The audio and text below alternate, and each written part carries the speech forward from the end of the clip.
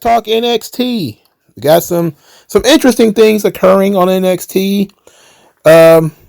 It was okay. It was a little slow tonight, but it was all right. It's building up for future episodes. This kind of a come down at Trick Williams storms into production. He's very mad. He's yelling at everybody, "Shut up when grown folks is talking." And grown folks was not doing much talking. He was walking around oily with no shirt on. But then again, it was Florida, so maybe he was just hot. He got into the microphone. He yelled at 99 out of 100 times he was going to beat Ricky Starks. He wants one more match, claims to be the GOAT. Ava came out there and said there was no controversy in the match, so there's not going to be a rematch. Ricky Starks instead ran out there and they started to fight. And then they fight and fight and fight and fight and fight. Fight. And Ava makes a last man standing match by these two guys in 2 weeks. So that would be November the 11th, which will be before the Gold Rush show. Because the Gold Rush show is the 18th and the 25th. So that ought to be something. Last man standing. Okie dokie. I think everybody keeps believing that every time Trick Williams loses or something, that he's going to leave. I think this time it really is Trick Williams is going to leave. I don't see how he can continue at this rate. But I kind of got bored with these guys fighting all night. To me, generic brawling all night is not really fun. But Trick Williams yelling at all the production guys and yelling at underneath wrestlers and stuff is kind of fun. Jasper Troy defeated Axiom in the speed tournament. Well, that was a disaster. This Jasper Troy thing ain't working out. I'm sorry. Ava asked Sol Ruka what does she want to do with this speed title. And she kind of, gave her the idea that she would let Zarya defend the belt if she wanted it to. And Sol Ruka said, just relinquish it. And Zarya feelings was hurt. Her feelings was hurt because rather than letting her defend the title, Sol Ruka just gave the belt up. So Ava says they're going to start a new tournament for the Speed Women's title next week. And Zarya says she's going to enter the title because she wants to win the title back for Sol Ruka. And at this point, I'm done. I'm cooked. My faith in Zarya is dead. It's over. They will not let her escape Sol Ruka. It's just not going to happen. She's going to be in Sol Ruka's back pocket till the end of time. It's over. This girl is cooked. I'm glad that they actually talked about this speed title because I was like, well, when it comes to the North American belt, they very quickly figured out what they wanted to do. But the speed title is its whole thing now, so that's fine. I don't know who could possibly win that title. I'm thinking Lainey Reed is probably going to end up with it. She was likely going to win it before Sol Ruka got hurt, but we'll see. Tatum Paxley came out with the culling. She says that she wants to give people opportunities. Izzy Dame says, I don't know, I'm not so sure about that. Be sure about what you're doing. You should make people earn this. And Tatum Paxley was very, very sure. She says that people were upset about there being no spin the wheel, make the deal at Survivor Series. So she's going to spin the wheel to pick a number one contender. And on the wheel was somebody named Skelensky. I have no idea who that person is. Who the fuck is Skelensky? And why are they on the wheel? The first thing that they wanted you to recognize, however, is that Izzy Dame was not on the wheel. And Tatum Paxley says that, of course, Izzy's not on the wheel. She'll never fight Izzy Dame for this championship. She doesn't want it to come between them.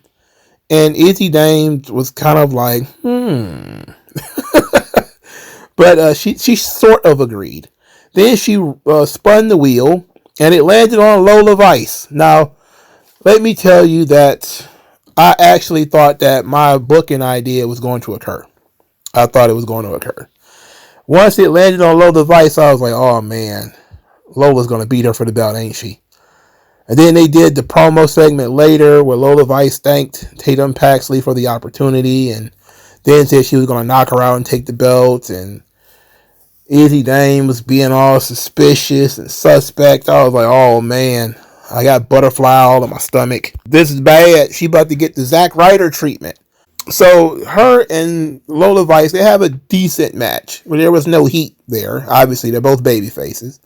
And then Fatal Influence crashed the party and beat them up. I was like, okay, thank God.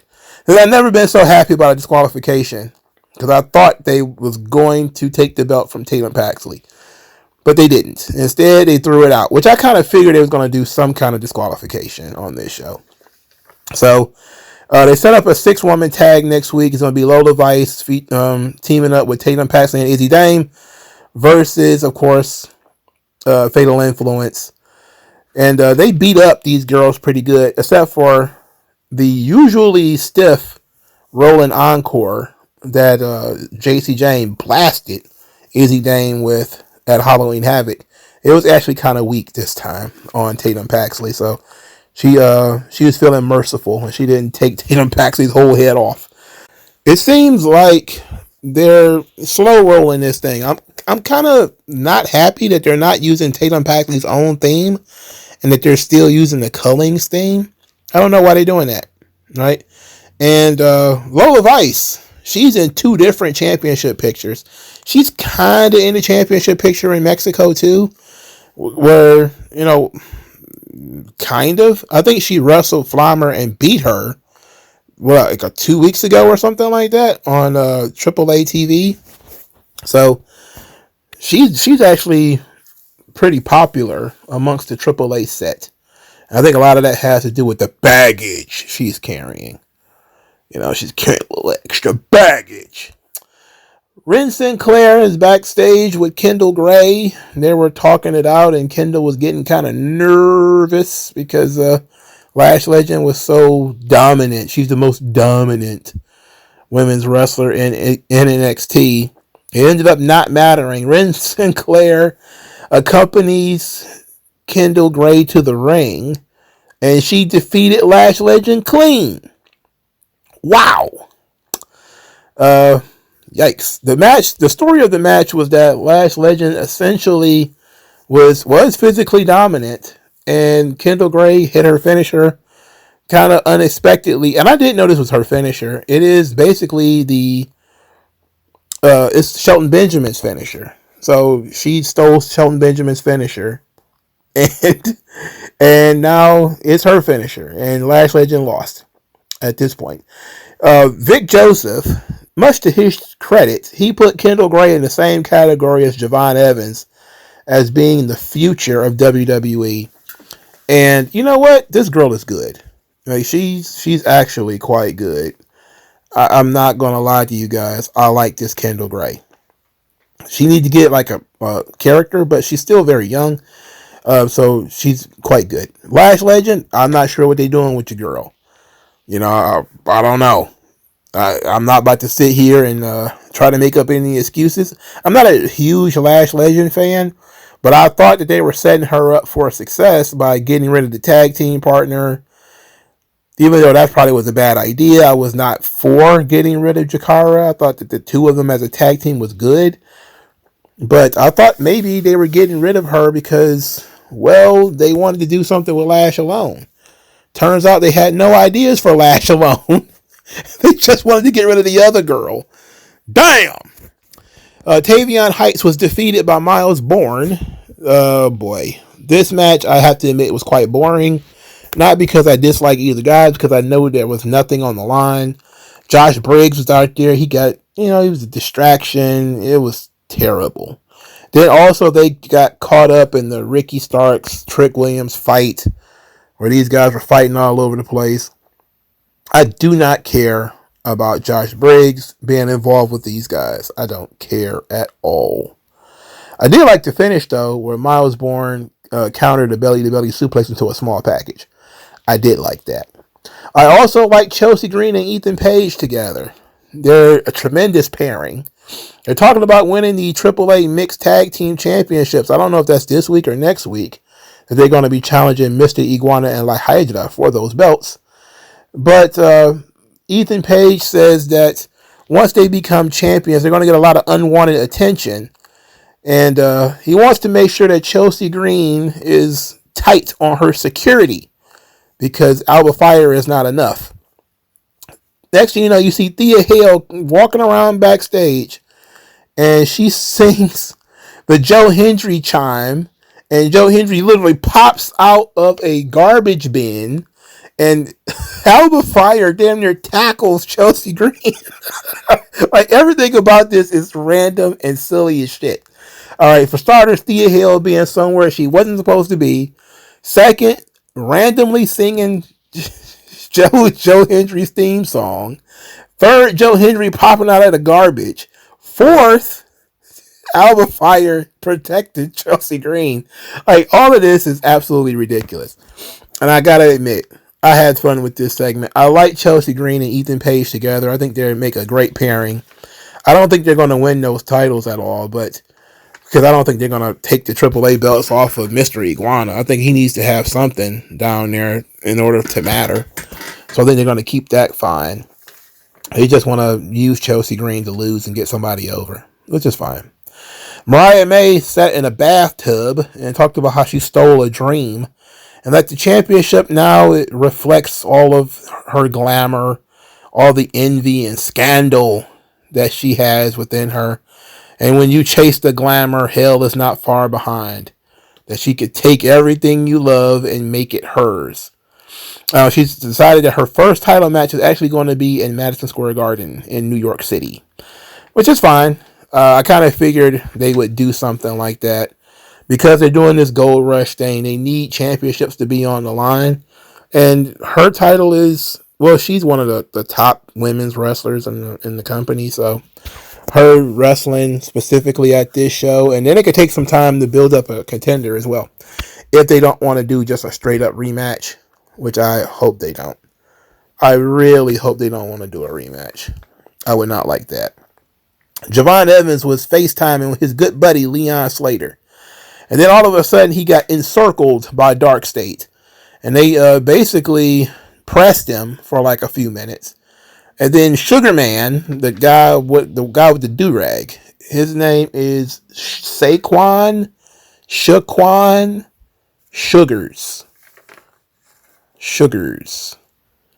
He said he wants to shoot the ones with Javon Evans. I know these two wrestle a lot in Deadlock Pro because people keep yelling about it online. So these guys are familiar with each other. And I'm okay with this. You know, I do want to see what each individual member of Dark State can do, even though I don't like the package. And plus, this guy I've heard a whole lot about, but I've never seen a lot of him. So let's go in there and see what these guys can do. Build up the story with, you know, them and Leon Slater. So that works out fine for me. The main event of the evening, the TNA Women's Knockout title. Kalani Jordan defeats Jordynne Grace. Oh my goodness. Kalani Jordan targeted the leg of Jordynne Grace all night, slamming her leg into the ring apron, chop blocks and such. But she was still doing a lot of her acrobatic offense as well. She did like a springboard, split stunner. I mean, I don't know. It's kind of nutty. Trick Williams and Ricky Starks, they came out there and was fighting and distracting the ref. At this point, you had Jordynne Grace hit a rolling chaos theory, which is a rolling German suplex. She had Kalani Jordan beat, but the referee was late to the count, and then the referee kicked out. When Trick Williams and Ricky Starks actually got in the ring, they didn't touch either one of the girls, but they fought and fell outside the ring. And while the referee was distracted, Kalani Jordan, oh cutie pie that she is, decided to blast Jordynne Grace in the face with the title. And that was the 1, 2, 3. Man, it was kind of her official heel turn, which, you know, has been cooking for a while now. I gotta say, the match was pretty solid. Jordynne Grace loses a lot in NXT, which surprises the hell out of me. I didn't think she was going to lose this much when she got brought in. It's very interesting how many times she's gotten pinned since she came into NXT. I mean, she put over Stephanie Vaquera. I think she put over Julia. She put over Blake Monroe. Now she's putting over Kalani Jordan. I mean, either they're preparing her for a super push down the line, and she's just holding space right now, or they don't think much of Jordynne Grace because she's not getting buried. It's not like a jabroni or anything, but they really ain't called her number a whole lot when it comes to championships and wins and things. And you seem like it. I'm not saying she should have won this title. I'm not saying that. I'm just saying that usually they would have done something to get out of this if they really cared about her. I don't think they do though.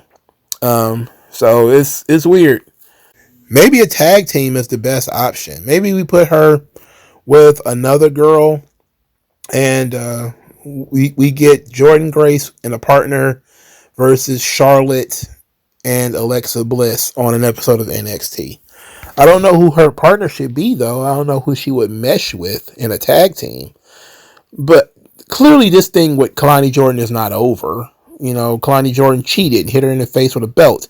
This thing ain't over. But the problem is, I don't think Jordynne Grace should win this title again. You know, it's sad, but I don't think TNA has a strong enough women's roster outside of Tessa Blanchard to drop this title back to TNA. I just don't see it. Who is strong enough in TNA to carry the belt? You know, maybe Mara Sade, who was just Chikara Jackson. They fired her from NXT just like a year or so ago. You know, then you got Xia Li. I think she was fired around the same time. The best women's wrestler in TNA is Tessa Blanchard, and she's been blackballed. There's nothing you can do. You got nothing. All right? So just keep it on Kalani for a while until some of the green European girls that TNA's got is ready. Oh, Danny Luna is ready. But now Danny Luna is also a heel. So I'm not sure what they're going to do when it comes to this TNA Knockouts belt. But I'm going to keep my eye on it because I'm very interested in the growth of Kalani Jordan. And I actually agree with the previous statement that Jordynne Grace made about Kalani's ego getting out of control and it didn't work. People like her too much. She's too likable. I'm not sure that is going. This is the second time they've turned her heel in 2 years, right? She was technically a heel at the beginning of this year, but somehow it vanished. Like it didn't stick. It was like a very weird thing where she was like, hate me, and everybody was like, no, not really. We love you. We're just going to go back to cheering you. You don't got to do nothing different. And it was like she didn't really buy into the heel gimmick anyway. So, you know, maybe she'll buy in this time. They got to give her something special to do, though, I think. Something that makes you not like her because she's so athletic and her character is still very, I'm growing and learning. And, you know, there's nothing about the character to hate yet. You got to give us something to hate. Just because you hit Jordynne Grace in the face with a belt doesn't mean I hate you. Sometimes I want to hit her in the face with a belt too. You know, there's plenty of times when I've decided that Jordynne Grace should be hit in the face with a belt. You know, when she did the fat phobia thing, she should have got hit in the face with a belt. You know, so that's not enough. You cheating is not enough. You need a little bit more than that. You need to get a little bit bitchy. Maybe teaming her up with Ariana Grace or something like that would be fun. You know, maybe that's what it takes. Maybe you got to put her with somebody. Put her with a manager or something. I think that would be nice. If you put Kalani Jordan with somebody that can get heat and transfer it to her, that would be fine. But it's very difficult for her to work as a heel, I think. It was a pretty much set up episode of NXT. Nothing really happened on this show outside of the Laney, the Kalani Jordan heel turn. But, you know, it was a decent in-ring show. You know, can't complain. Enjoyed watching Kendall Gray. The main event was fairly solid. Tatum Paxley versus Lola Vice was fine. But they didn't really do like a big angle outside of Ricky and Trick fighting all over the place. Still a bunch of missing pieces from the show. You know, Obafemi and Tony D'Angelo, but they're clearly in the middle of something. And now they have to build to the Gold Rush show. So it was a weaker episode of NXT, but I still found it to be pretty entertaining. Let me know what you guys think, though. And I'll talk to you guys later. Peace out.